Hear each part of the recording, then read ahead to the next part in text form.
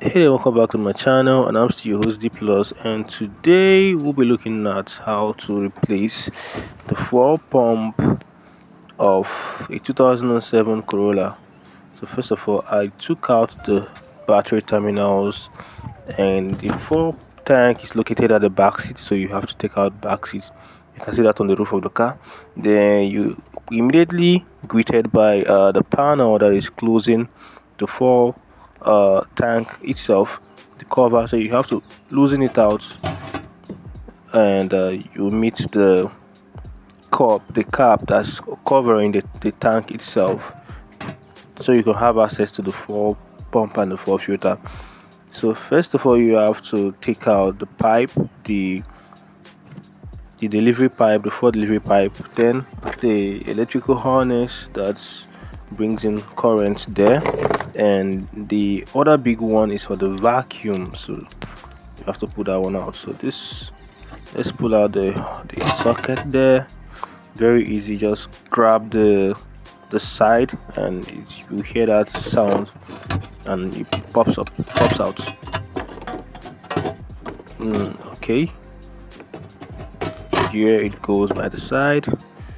Secure it safely. Then using the screwdriver, you pull out the other ones.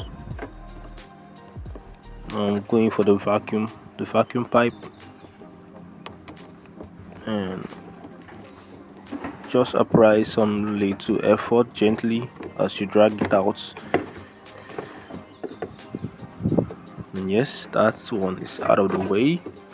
And to the fuel delivery pipe there, just your screwdriver, the flat side.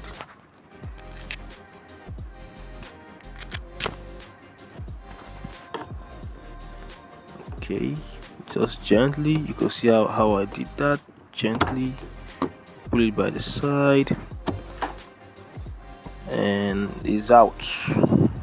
Keep that safely, because we're gonna couple it back, so make sure you secure it safely with other bolts that you've loosened out. Then gently, with applying minimal pressure, you pull out the fuel delivery pipe out there, so you can have full access to the rubber casing that is covering that fuel tank, and that is out. Now this, if you don't have a fuel tank cover puller, it might be very difficult to pull this thing out, especially if it's the first time that it's been loosened. But luckily this one has been loosened before. You can see the sides, they used some things to hit it before, and they broke some of the pins.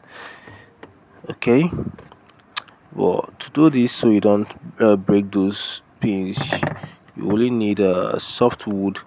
If you don't have the cover puller, just a soft wood with your hammer, then you apply little pressure on there. Just tap it gently with a maximum amount of force, not too high, not too low, just gently, and you tap it to just open. Now I had to put down my camera to do this. So, and the fuel pump is out. The fuel pump is actually inside this fuel casing, so the whole assembly is together. So now I will be losing this part by part to get access to the fuel pump and replace it with the new one I got. Let me show you the new one I got. Okay,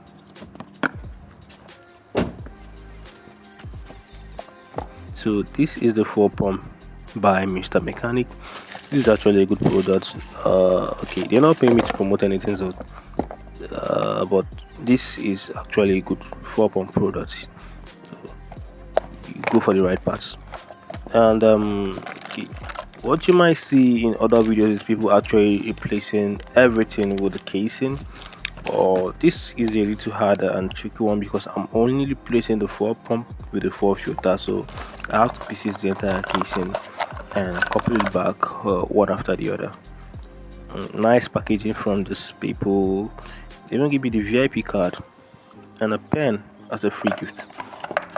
This shows a proof of authenticity of the product. So you might want to use that to know the fake one out there.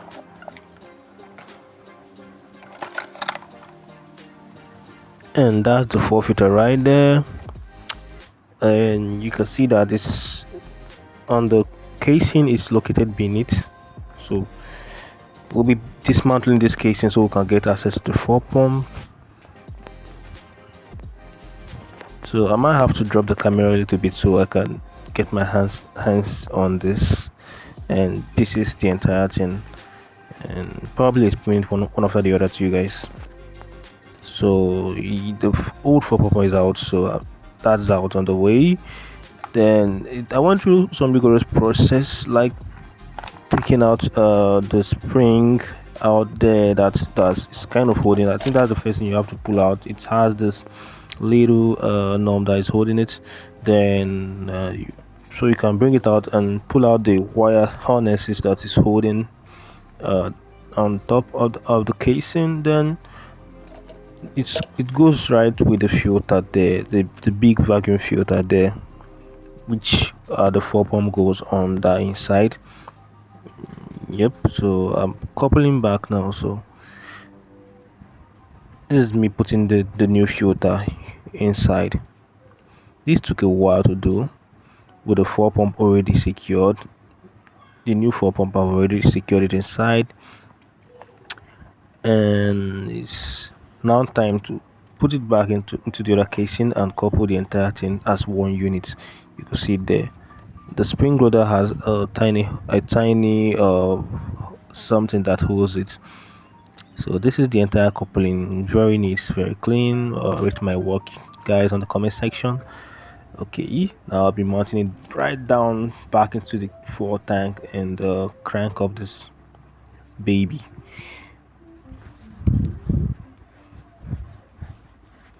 So we have to set it back to the direction. I didn't tell you guys that in the first place. So it has a marker down there. I hope you guys could see that. So that mark should be aligned with the socket harness on that casing. So this is it, and also this is another securing, so you could get the facing right.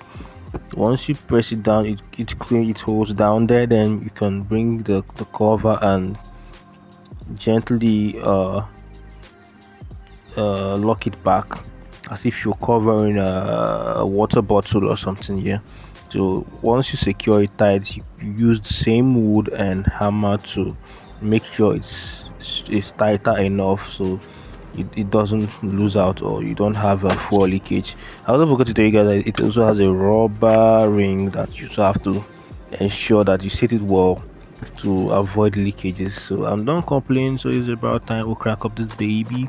Normally it's gonna do some hard starting. Okay, I forgot, I have to go put back the battery timing also. This is me rushing back to the bonnet to put in the battery timing now. Yep, then before we go cranking up this baby.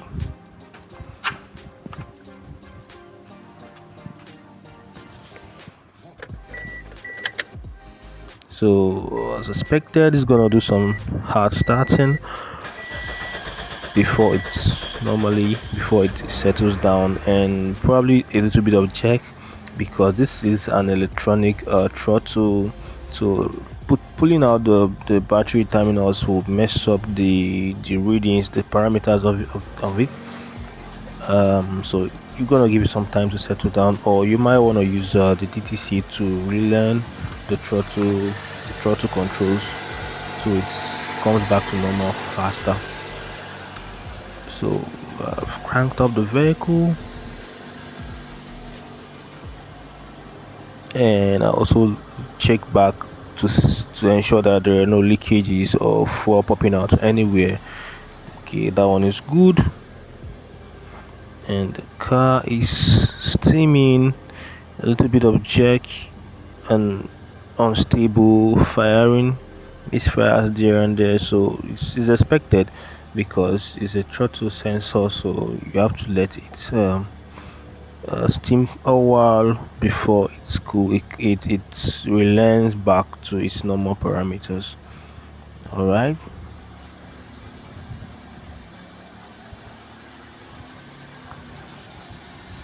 Do not forget to like and sub to my channel, and I will see you guys in my next video.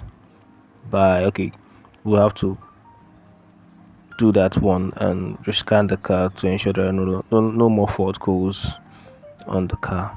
See you guys next time. Bye.